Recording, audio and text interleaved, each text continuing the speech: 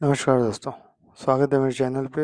और आशा करता हूँ सभी की पढ़ाई बहुत अच्छी चल रही होगी। और जो 12 तारीख को पीसीएस का एग्ज़ाम है, पूरी उम्मीद करता हूँ सबने लगन से अनुशासित होके पढ़ाई की होगी और वो मेंस तक जाएंगे, इंटरव्यू तक जाएंगे और सिलेक्शन देंगे। तो मेरी एक ऑब्जर्वेशन है जिसके बारे में मैं बात करना चाहता था।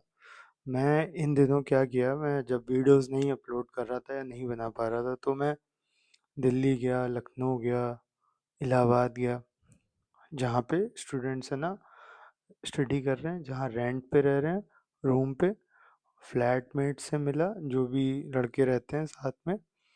और मैं लाइब्रेरी गया और मैंने मतलब पूरी कोशिश यही करी कि मैं हॉस्टल देखूं, मतलब ज़्यादा से ज़्यादा कोचिंग्स देखूं और स्टूडेंट से मिलूं।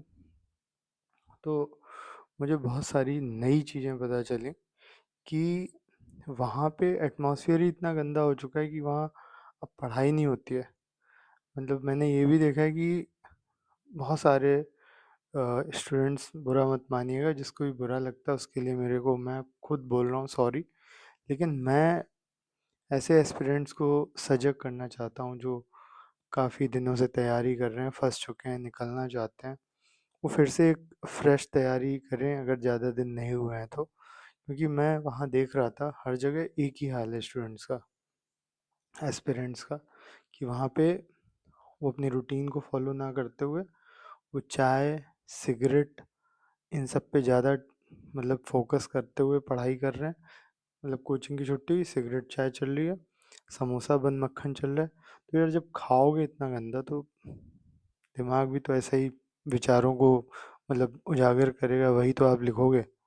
तो आप कैसे सोच सकते हो कि आप बहुत अच्छा पढ़ाई कर रहे हो, ना डाइट का ख्याल रख रहे हो, गंदगी है, सैनिटाइज कर नहीं रहे हो, सैनिटेशन में रह नहीं रहे हो। ठीक है। हॉस्टल में जाके देखता हूँ तो बाथरूम की बदबू रूम तक आ रही है, एक रूम में दो दो तीन तीन लोग रुके हुए हैं और बहुत वाहियात खाना, मैं सच बता रहा हूँ। कोई मुझे ऐसा हॉस्टल बता देना जिसका खाना बहुत अच्छा हो, मैं प्रॉपर रुका। ठीक है। कैसे रुका वो मैं जानता हूँ। ऐसी स्मेल, शोर, उसमें आप कैसे पढ़ोगे मुझे नहीं पता। अच्छा स्टूडेंट मुझे लगता है बिना शोर के पढ़ता है, अकेले पढ़ता है, बहुत ही एकांत में पढ़ता है। और ना आपको लाइब्रेरी में वो चीज़ मिलेगी। लाइब्रेरी में अगर पन्ना भी पलट रहा है ना कोई, तो उसकी भी बहुत तेज शोर मच था उसका भी। ठीक है। मैं सभी से सॉरी बोलता हूँ जिनको लगता है कि मैं उनकी बुराई कर रहा हूँ, लेकिन भाई मैं एस्पिरेंट्स का साथ दे रहा हूँ, मैं लोगों को सच्चाई से परिचय करा रहा हूँ। मैं चाहता हूँ कि लोग मेरे इस वीडियो को ज़्यादा से ज़्यादा देखें और जल्द से जल्द पता चले कि वाकई में जो तैयारी करना चाहते हैं, जो जाना चाहते हैं अपने घर से दूर।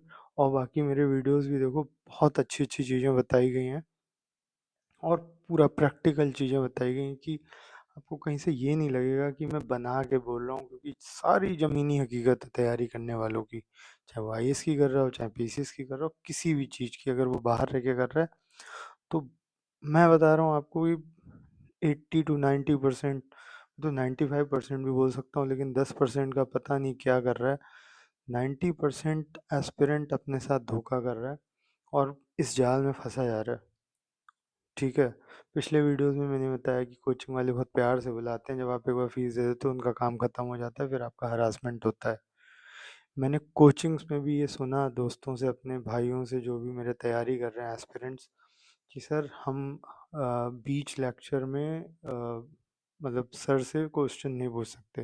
जब उनका लेक्चर पूरा होता है तब हम बाहर उन्हें घेरते हैं कि अरे सर बता दिए, तब वो भाव नहीं देते, चले जाते हैं। ज़्यादातर का मैं बता रहा हूँ, ठीक है, सबका नहीं।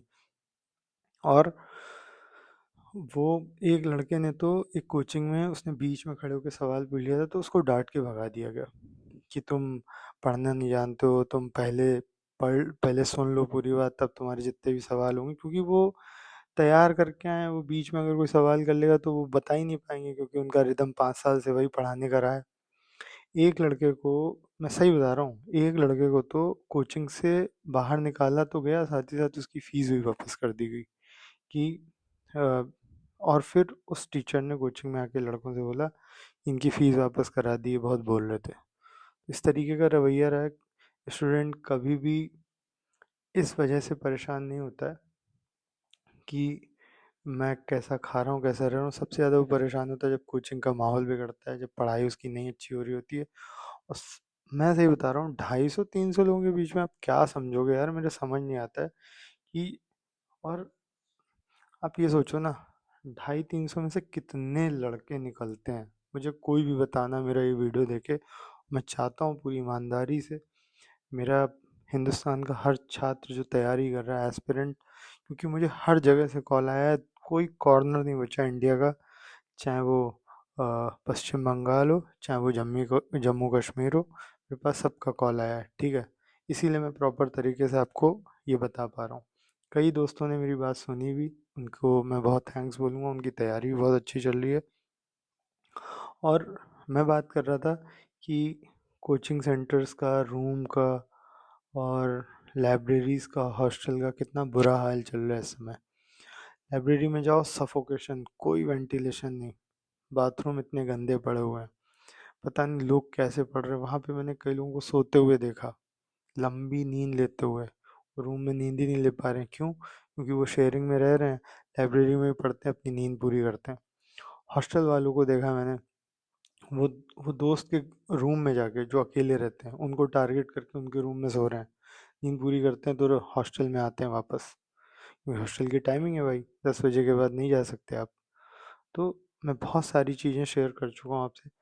इस चीज़ का एक ही इलाज है, आप ऐसी चीज़ में जाते ही हो, आपको घर में रहना खाना फ्री, आपके notes free, newspaper free, wifi free. क्यों? मैं पेरेंट्स से भी रिक्वेस्ट कर रहा हूँ, जितने भी पेरेंट्स हैं उनके बच्चे बाहर हैं, प्लीज़ एक बार क्रॉस चेक करिए, वेरीफाई करिए कि आपका बच्चा वाकई में पढ़ाई करते हुए खुश है ना, वो दुखी तो नहीं हो रहा है, क्योंकि उसने खुद गड्ढा खोद लिया है ये सब हरकत करते करते। जंक खा रही है, न्यूज़पेपर, किताबें, मतलब धूल लगी हुई है पूरी, वो साफ करते हैं फिर रखते हैं। और दिल्ली का कोई भी एयर क्वालिटी इंडेक्स पता है सबको, कि वो कुछ सिगरेट नहीं पी रहा है तब भी वो 50 सिगरेट इनटेक कर रहा है, कि इतना पॉल्यूशन है वहाँ पे।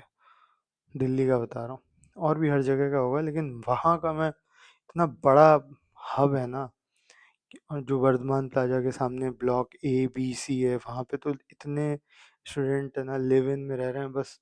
मुझे तो लग रहा है इसी का चलन हो गया वहाँ पे, कि बच्चा घर से बाहर जाएगा बिगड़ेगा, दारू सिगरेट शराब इन सब में फंस जाएगा। तो मेरी कोशिश यही है दोस्तों, कि मैं सच्चाई से ज़्यादा ज़्यादा रूबरू कराऊँ, जिससे कि आपको ये पता चल सके कि मेरा सिलेक्शन क्यों नहीं हो रहा है, ठीक है। तो मेरे को आज के वीडियोस में इतना ही बताना था, लेकिन प्लीज़ दोस्तों, मेरी इस वीडियो को ज़्यादा से ज़्यादा लोगों से शेयर करिए, क्योंकि मैं ये सब एक्सपीरियंस शेयर करके यही समझ रहा हूँ कि यार, कैसे कितनी मेहनत से पेरेंट्स है ना पैसे कमाते हैं, और है ना बच्चों को इस चीज़ का इल्म भी नहीं होता, वो पैसे बर्बाद हो जाते हैं, फिर वो घर वापस आ जाते हैं, फिर वो कोई और है ना बिजनेस करते हैं, ऐसे ना जाने कितने है ना एग्जाम्पल हैं। तो उसमें पेरेंट्स से यही कहूँगा कि थोड़ा सा संभल के रहिए। और मैं तो यही कहता हूँ, उन्हें है ना, वो घर पे ही रहें, या उन्हें अपने घर से थोड़ा दूर कोई रूम दिलाइए, जहाँ पे वो प्रॉपर पढ़ाई करें। आप वहाँ पे ऐसी चीज़ें कर दीजिए कि उसको सारी सुविधाएं हों। सिंसियर स्टूडेंट हमेशा बहुत अच्छा पढ़ेगा, जिसको बिगड़ना होगा तो वो कहीं भी बिगड़ेगा, वो घर पे भी बिगड़ेगा, बाहर भी बिगड़ेगा। मैंने अभी तक ऐसा स्टूडेंट नहीं देखा जो घर से बाहर जाके सिंसियरली पढ़ाई करता हो और बिगड़ा ना हो। ऐसा 100 में से एक मुश्किल से मिलेगा। तो दोस्तों, प्लीज़ जितना शेयर कर सकते हैं इस वीडियो को करिए, और जिसको बुरा लगता है उसको मैं फिर से बोल रहा हूँ सॉरी, लेकिन मैं अपने एस्पिरेंट्स को ऐसे फंसता हुआ नहीं देख सकता इन जाल में, ठीक है। तो गाइज़, मेरी कोशिश यही रहेगी कि मैं ऐसे ही है ना बहुत सारे टॉपिक्स पे आपसे बात करूं, क्योंकि पूरे यूट्यूब में सब कुछ ये पढ़ा रहे हैं, ठीक है, सारे सब्जेक्ट्स पढ़ा रहे हैं, लेकिन कभी टीचर इन मुद्दों पे बात नहीं करता है कि बेटा, क्या तुम सही एटमॉस्फेयर में रह रहे हो। बस वो वहाँ पे मोटिवेट कर देंगे क्लास में, लड़का शेर बन जाएगा, उसी समय IAS बन जाएगा वो। ऐसा तो नहीं है ना। उसका सुबह से शाम तक का रूटीन क्या है, वो क्या खा रहा है, कैसे रह रहा है, बहुत मैटर करता है दोस्तों। जिसको समझ में आएगा वो फॉलो करेगा, जिसको नहीं समझ में आएगा वो देखता रहेगा अपनी बर्बादी कैसे धीरे धीरे ऊपर जा रही है। जिसको सिलेक्शन लेना है वो इन बातों को मद्देनज़र रखते हुए अपनी तैयारी जारी रखेगा, नहीं तो फंस तो रहे हैं सब लोग। दोस्तों, मिलते हैं नेक्स्ट वीडियो पे, तब तक के लिए जय हिंद, जय भारत।